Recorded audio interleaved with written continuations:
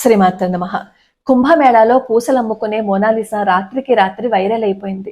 ఆ అమ్మాయి గురించి మొత్తం భారతదేశం అంతా తెలిసింది. తెల్లారితే ఎటు చూసినా ఎక్కడ చూసినా మోనాలిసా ఫోటోలే. కార్లు వెనకాల, ఏ వాహనం వెనకాలైనా సరే ఈ అమ్మాయి ఫోటోలే ఉన్నాయి. తర్వాత ఎంతో మంది దర్శకులు వచ్చారు. ఒక సినిమాలో నటించాలని అనుకుంది. ఆ సినిమా ఏమో మధ్యలోనే ఆగిపోయింది. తర్వాత 2 సినిమాలకి సంతకం చేసింది. ఇప్పుడు మళ్ళీ వార్తల్లో నిలిచింది అకస్మాత్తుగా వివాహం చేసుకుని.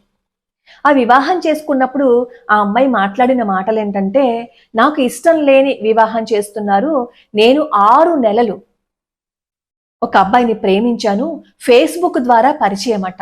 6 నెలలు ప్రేమించి అతని గురించి పూర్తిగా తెలుసుకోకుండానే తల్లిదండ్రులని కాదని పెళ్లి చేసుకుంది. తల్లిదండ్రుల వల్ల తనకి ఏదో నష్టం, కష్టం వస్తోంది అని చెప్పి తను భావించింది. అన్నాళ్ళు కడుపులో పెట్టుకుని కనిపెంచిన తల్లిదండ్రులు పిల్లల భవిష్యత్తును చూడరా? చెప్పండి. వాళ్ళు సంతోషంగా ఉండాలనే కదా చూస్తారు. ఎక్కడో ఎవరో ఉంటారు పిల్లల్ని కూడా బాధ పెట్టేవాళ్ళు. కానీ సామాన్యంగా తల్లిదండ్రులు ఎవరు పిల్లల్ని బాధ పెట్టరు కదా. అలాంటి ఆ అమ్మాయి అన్నాళ్ళు తల్లిదండ్రుల దగ్గర పెరిగి, తల్లిదండ్రుల దగ్గర ఉండి, తల్లిదండ్రుల ప్రేమని అర్థం చేసుకోలేక, వాళ్ళ ప్రేమని కాలదన్ని 6 నెలల ప్రేమ కోసం ఆ అమ్మాయి జీవితాన్ని పణంగా పెట్టేసింది. భగవంతుడి దయ వల్ల ఆ అమ్మాయికి ఏమీ అవ్వకూడదని, ఆ అమ్మాయి జీవితం చాలా సంతోషంగా ఉండాలని, అమాయకంగా ఎవరితోనో పెళ్లి చేసుకుని 6 నెలల పరిచయాన్ని 60 సంవత్సరాల భాగ్యంగా అనుకుంటున్న ఆ అమ్మాయి జీవితం బాగుండాలని మనస్ఫూర్తిగా కోరుకుంటున్నాను. ఆడపిల్లైనా మగపిల్లాడైనా ఒక్కటి ఆలోచించండి.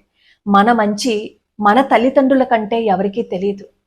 6 నెలల్లోనో, 6 రోజుల్లోనో, 6 సంవత్సరాల్లోనో ప్రేమ అనేది పూర్తిగా ఎవరి మీద పుట్టదు. మనల్ని కళ్ళల్లో పెట్టుకుని కాపాడే తల్లిదండ్రుల కంటే కూడా మనల్ని ఎవరు ఎక్కువగా ప్రేమించరు. అది గుర్తుపెట్టుకోండి. ముఖ్యంగా మన దగ్గర పేరు, ప్రతిష్ట, డబ్బు, మన కుటుంబం గురించి తెలిసి ఎవరైనా వచ్చి నిన్ను ప్రేమిస్తున్నాను అని చెప్పి మన వెంట పడుతున్నారు అంటే ఆలోచించండి. జీవితం అంతా చేజారిపోయిన తర్వాత ఏవైనా అనుకున్నా లాభం లేదు. అప్పుడు ఎవరు మనతో రారు. మన జీవితం కూడా మన చేతుల్లో ఉండదు.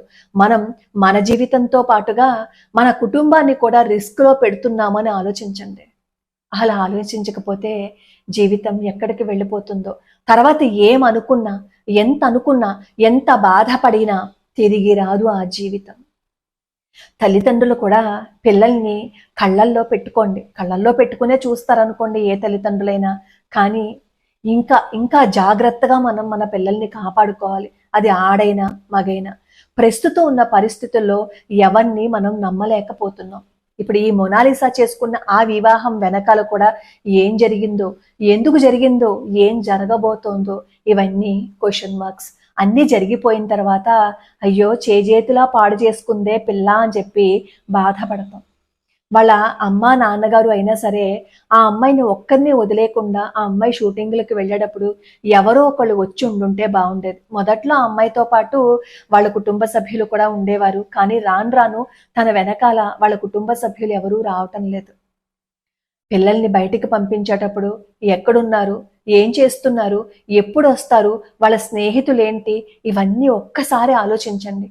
ఒక్కసారి అడగండి. మనం పిల్లల్ని కళ్ళల్లో పెట్టుకుని కాపాడకపోతే ఎవరో ఒకరు వచ్చి కాటేసేస్తారు.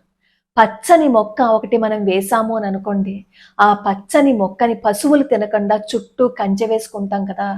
మనం మన పిల్లల్ని కాపాడుకోవడానికి ప్రేమ అనే కంచెని వేసి వాళ్ళని కాపాడుకోకపోతే ఎవరో ఒకరు వచ్చి గద్దలా తన్నుకుపోతారు. తర్వాత ఏడవడం తప్ప ఇంకేం మిగలదు.